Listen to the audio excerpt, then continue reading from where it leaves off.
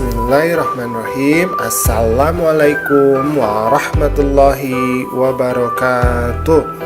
Anak-anakku yang soleh dan soleha, pada kesempatan ini kita akan membahas mengenai materi fikih kelas 1 Madrasah Ibtidaiyah, yaitu materi tentang berwudu itu mudah.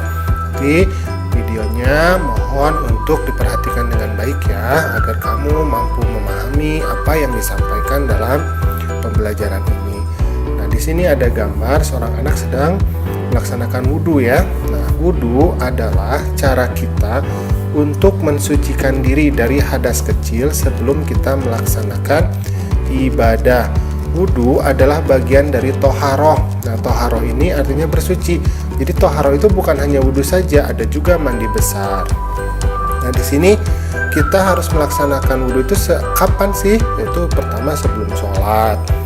Kemudian disunahkan juga untuk sebelum membaca Al-Quran. Nah, bahkan Rasulullah sendiri itu mensunahkan bahwa sebelum kita melaksanakan tidur atau sebelum kita tidur di malam hari, maka kita pun sebaiknya itu melaksanakan wudhu. Nah, dalam berwudhu pun bagusnya juga kita sambil menyikat gigi. Nah, menyikat gigi ya. Jadi kata Rasulullah, kalau misalkan itu tidak menyulitkan bagi umatku, maka aku akan meminta mereka untuk menyikat giginya ketika mereka berwudhu. Nah, ini adalah cara berwudhu ya. Yang pertama adalah berniat, kemudian kita mencuci tangan kita terlebih dahulu. Kemudian yang kedua, mencuci mulut, hidung, kemudian wajah kita. Kemudian kita lihat yang ketiga,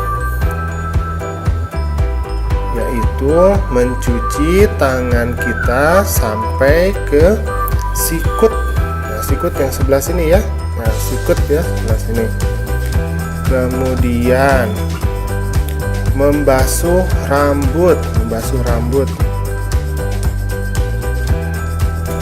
dan telinga. Nah, selanjutnya adalah membasuh kaki atau mencuci kaki sampai bersih, kiri dan kanan ya. Kemudian yang keenam, semua rukun wudhu tersebut itu harus kita lakukan secara tertib. Artinya tertib itu berurutan, tidak boleh acak. Nah, jadi harus berurutan dari nomor 1 sampai nomor 5-nya. Kemudian anaknya bertanya nih, Pak, mohon jelaskan sunnah dari wudhu. Nah, sunnah-sunnahnya apa saja wudhu itu? Nah, jadi ketika berwudhu ada yang namanya rukunnya, kemudian ada yang namanya sunnahnya. Jadi kalau sunnah itu bagusnya dilaksanakan akan dapat pahala, tapi kalau misalkan terpaksa ditinggalkan juga tidak apa-apa. Nah, yang pertama adalah membaca basmalah terlebih dahulu sebelum kita melaksanakan wudhu ya. Setiap melakukan pekerjaan apapun, membaca basmalah itu disunahkan. Kemudian yang kedua, mencuci tangan. Nah, mencuci tangan itu sebetulnya bagian dari sunnahnya ya. Kemudian berkumur-kumur. Nah, berkumur-kumur. Jadi kalau rukunnya itu mencuci wajah, nah kalau berkumur-kumur dengan memasukkan air ke hidung itu sebetulnya adalah termasuk dari sunnahnya.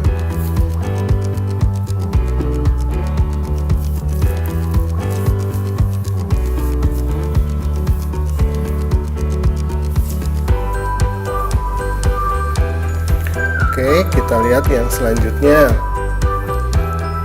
yaitu mencuci atau membersihkan telinga. Jadi ini juga adalah bagian dari sunnahnya. Nah, semua hal itu disunahkan juga oleh Rasulullah agar kita melakukannya itu secara berulang. yaitu 3 kali. Jadi melakukan gerakan berwudunya jangan 1 kali. Kalau mau lebih bagus, lebih baik, maka kita lakukan 3 kali.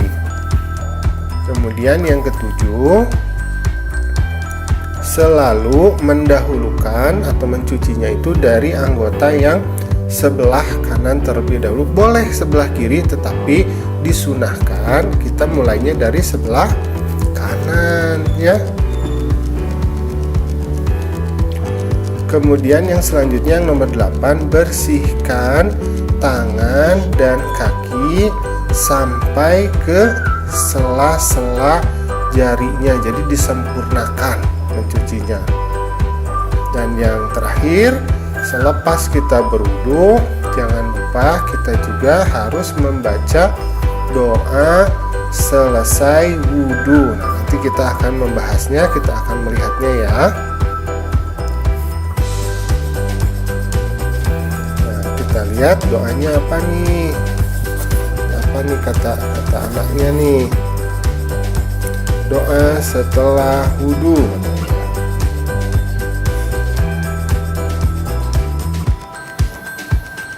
Asyhadu alla ilaha illallah wahdahu la syarikalah wa asyhadu anna Muhammadan abduhu wa rasuluh. Allahumma ja'alni minat tawwabin waj'alni minal mutatahirin waj'alni min ibadikas sholihin. Artinya apa ya? Aku bersaksi bahwa tidak ada Tuhan selain Allah yang satu dan tidak ada sekutu baginya. Dan aku bersaksi bahwa Nabi Muhammad itu adalah hamba Allah dan utusan Allah. Ya Allah, jadikanlah aku orang yang bertaubat dan orang yang suci, serta jadikanlah aku sebagian hamba-Mu yang soleh. Nah, kita lihat nih, ada gambar ya. Ada seorang lagi mau masuk toilet. Nah, apa katanya nih? Coba kita lihat. Wudu kita akan batal. Oh, sekarang kita akan membahas apa saja yang membatalkan wudu. Nah, katanya yang pertama itu adalah buang air besar dan buang air kecil. Nah, itu wudunya batal ya. Nah, yang kedua apa nih katanya yang membatalkan wudu? Yang kedua, buang angin atau kentut. Nah, siapa nih yang suka kentut ya? Nggak apa-apa, itu normal ya manusia, asal jangan di depan umum. Nah, yang ketiga apa nih? Tidur terlelap. Oh, tidur terlelap ya. Kemudian yang keempat apa nih? Coba nih kita lihat yang keempat apa yang membatalkan wudu?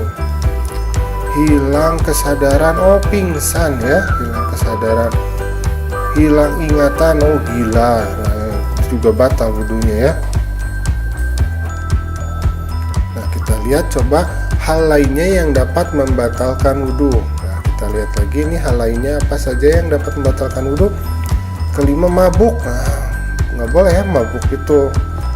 Kemudian yang keenam, bersentuhan kulit antara laki-laki dan perempuan. Jadi kalau sudah berwudu jangan main-main lagi ya, apalagi mainnya bersentuhan kulit, nanti jadi wudunya kita batal.